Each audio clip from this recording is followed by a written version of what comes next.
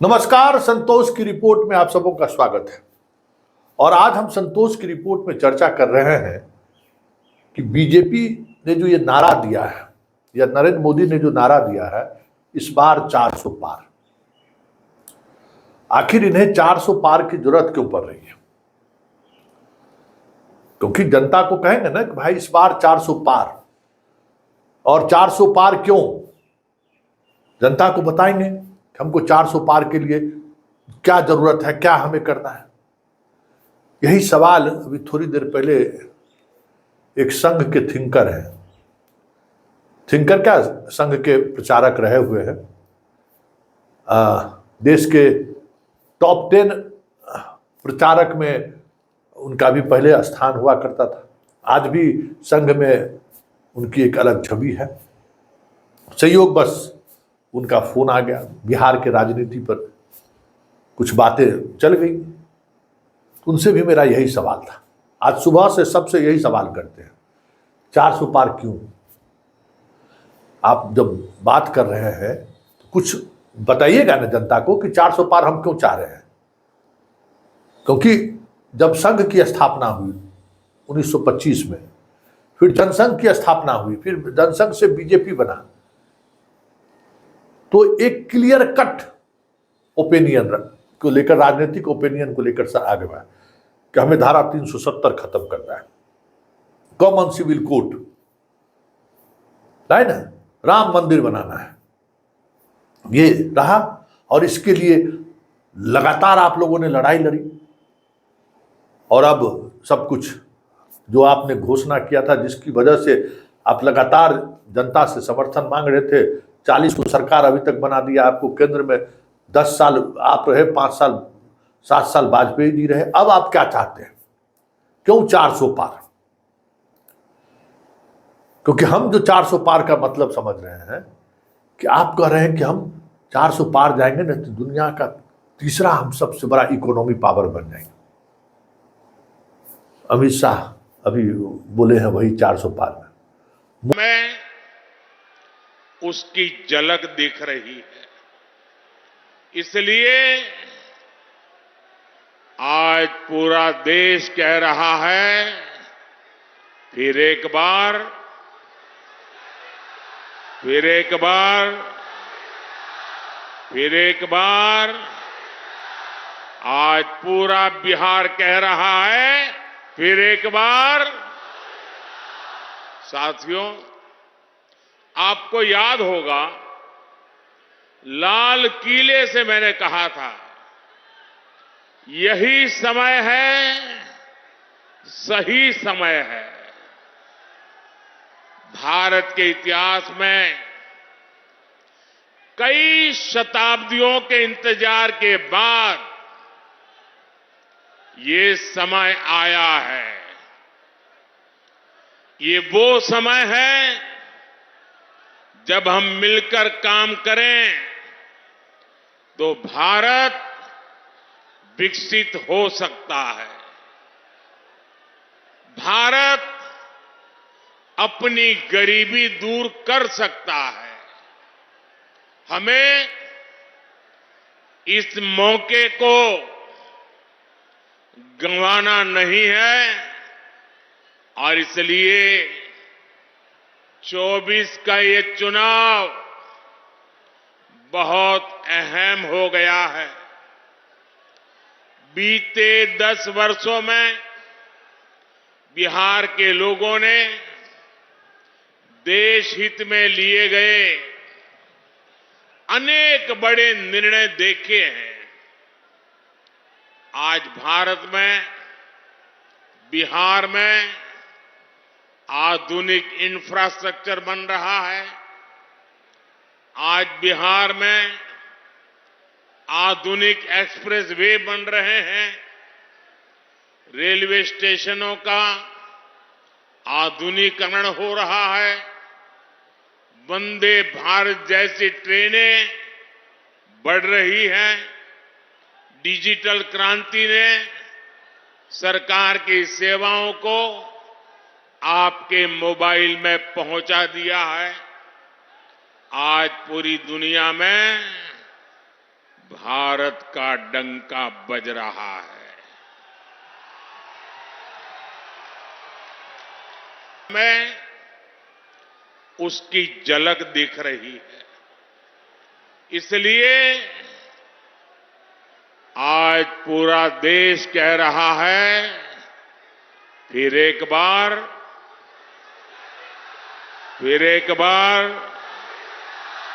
फिर एक बार, आज पूरा बिहार कह रहा है, फिर एक बार।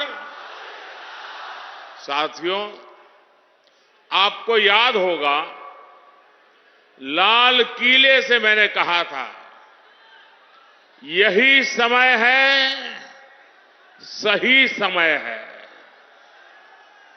भारत के इतिहास में कई शताब्दियों के इंतजार के बाद ये समय आया है। ये वो समय है जब हम मिलकर काम करें तो भारत विकसित हो सकता है। भारत अपनी गरीबी दूर कर सकता है। हमें इस मौके को गंवाना नहीं है और इसलिए 24 का ये चुनाव बहुत अहम हो गया है। बीते 10 वर्षों में बिहार के लोगों ने देश हित में लिए गए अनेक बड़े निर्णय देखे हैं। आज भारत में, बिहार में आधुनिक इंफ्रास्ट्रक्चर बन रहा है। आज बिहार में आधुनिक एक्सप्रेस वे बन रहे हैं। रेलवे स्टेशनों का आधुनिकीकरण हो रहा है। वंदे भारत जैसी ट्रेनें बढ़ रही हैं। डिजिटल क्रांति ने सरकार की सेवाओं को आपके मोबाइल में पहुंचा दिया है। आज पूरी दुनिया में भारत का डंका बज रहा है। इस बिहार की महान जनता ने 2014 में हम आए थे, तब 40 में से 31 सीटें दी।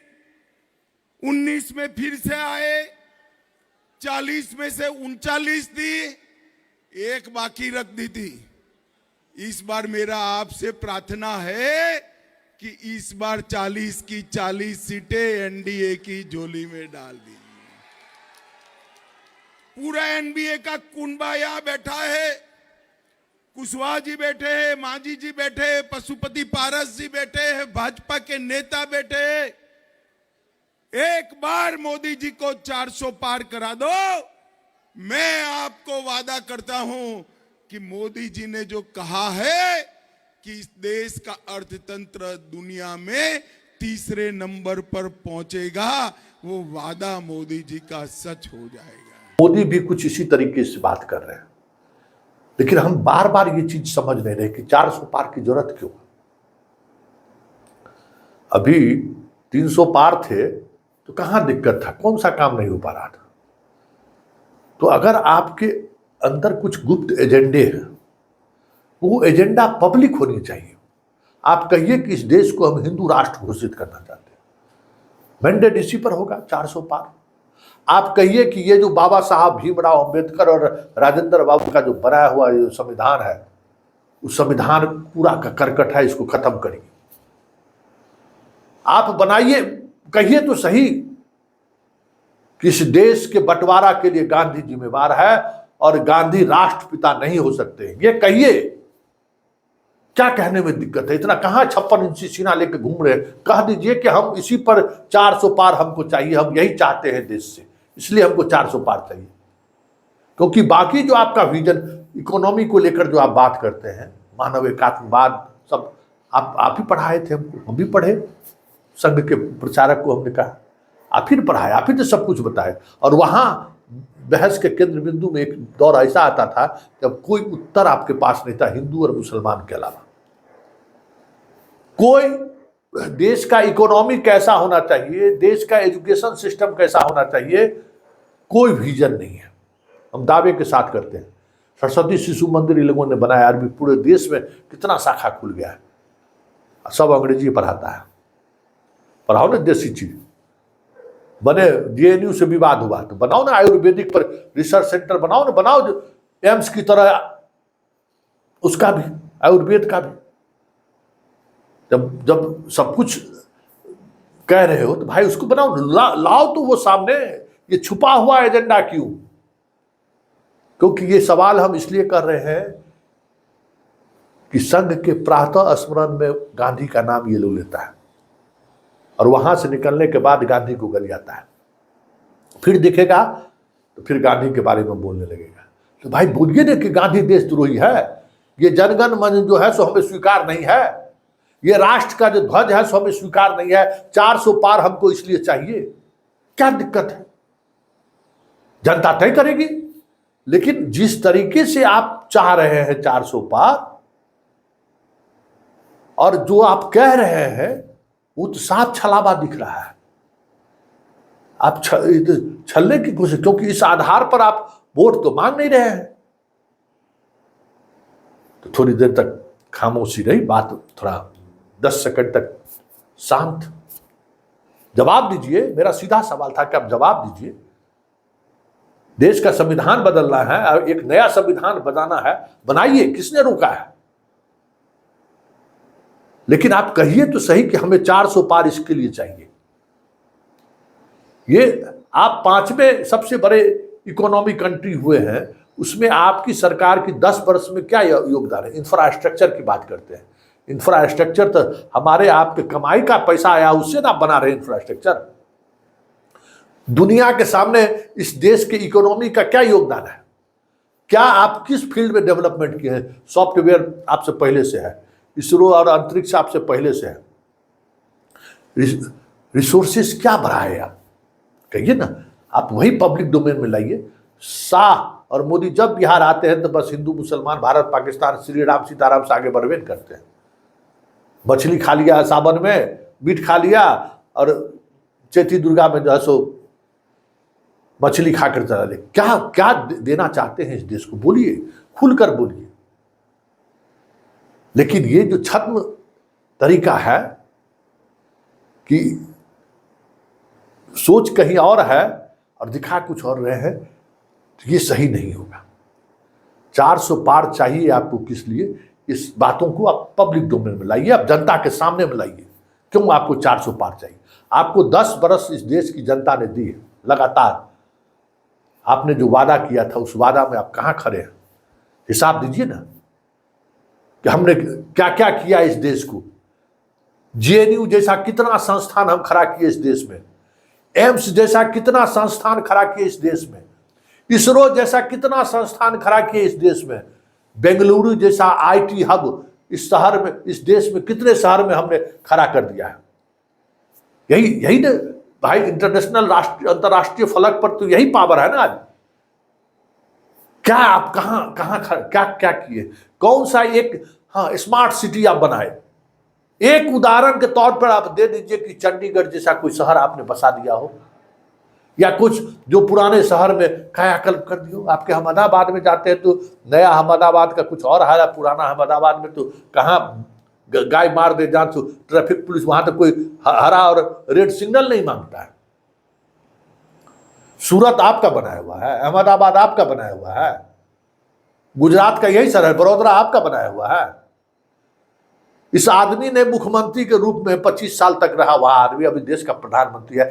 एक कोई हब इस व्यक्ति का खड़ा किया हो तो समझ में आती। हीरा का जो इंडस्ट्री गुजरात में है, क्या नरेंद्र मोदी के समय का है?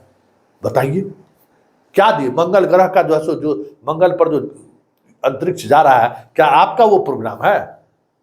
एक चलते हुए ऑन गोइंग कार्यक्रम का वो हिस्सा था। तो फिर 400 पार पर आपको क्या चाहिए? आप बताइए कि बिहार में जेएनयू जैसा हम संस्थान खोलेंगे। आप संस्कृति का खोलिए ना।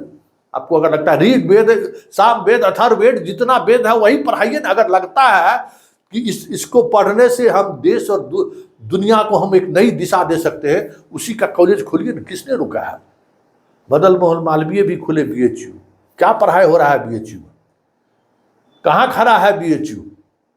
बीएचयू जैसा एक भी संस्थान आप बताइए कि पिछले 10 वर्षों में आपने खड़ा किया हो। एक रोल मॉडल बताइए ना।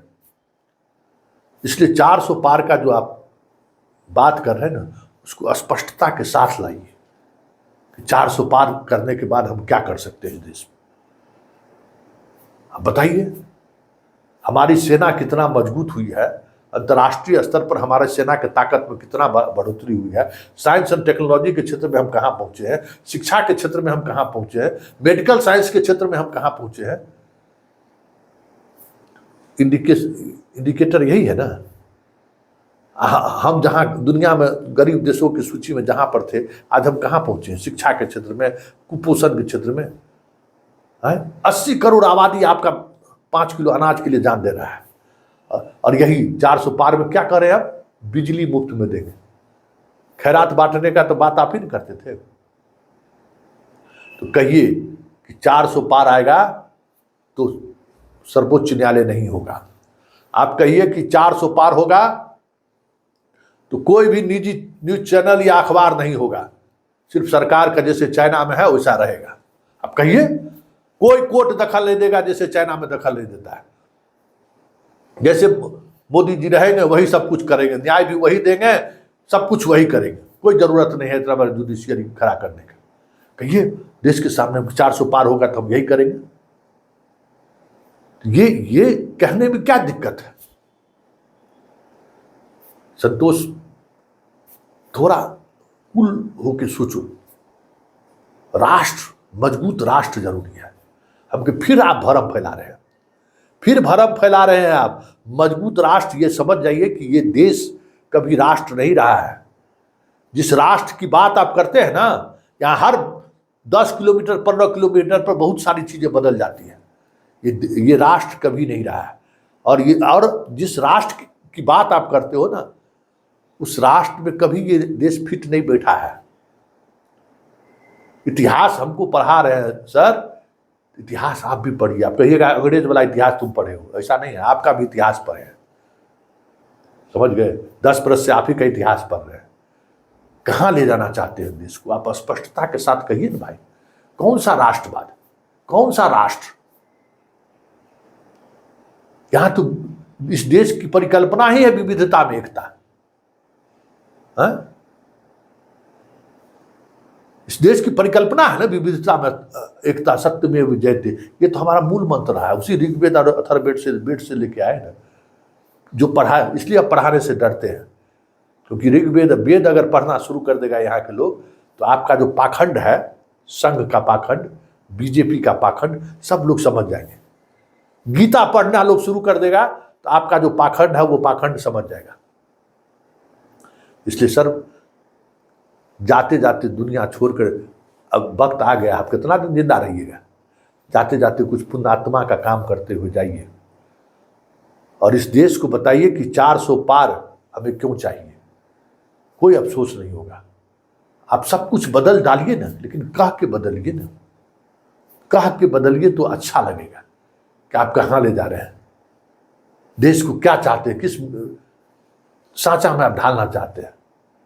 ये कहने की ताकत लाइए ना। देखिए 400 पार पब्लिक आपको दे देगी, हिंदू राष्ट्र आप बना दीजिए, लेकिन आप बोलिए और डंके की चोट पर बोलिए। कल मोदी जी जिस तरीके से बोल रहे थे, अपनी भाषाओं को जो संतुलित करने की कोशिश कर रहे थे कि खाने पीने पर हमारा कोई न कानून साथ में है न संविधान ये कहता है, लेकिन ये दिखाने का तरीका मंगोलिया तरीका है। लेकिन आप पहले भाषण में क्या कहते थे? आप तो हम खाना खाए क्या खाए, हम क्या पहने, किसके साथ बैठकर बात करें, ये आप तय करना चाहते हैं। इस देश में आप ये तय करना चाहते हैं कि हम क्या भाषा, किस भाषा में बोले, मेरा पहनावा क्या होना चाहिए। शिक्षा दीक्षा किस भाषा में होनी चाहिए, आप ये तय करना चाहते हैं।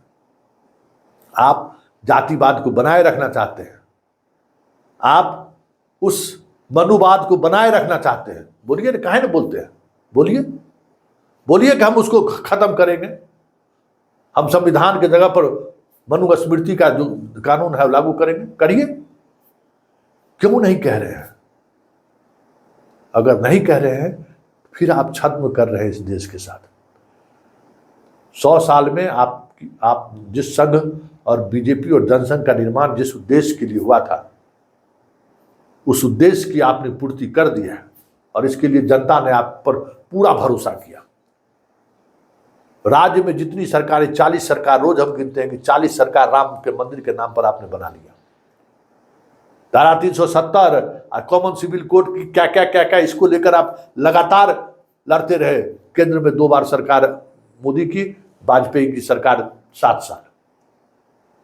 अब नया कुछ अगर हो तो बोलिए, तब फिर 400 पार की बात अब करते हैं तो लोग उस पर सोचेगा। तो नया आप कुछ बोल नहीं रहे हैं, बोल तो सिर्फ वही रहे हैं जो दिख नहीं रहा है। तो ये तो छद्म राजनीति हुआ।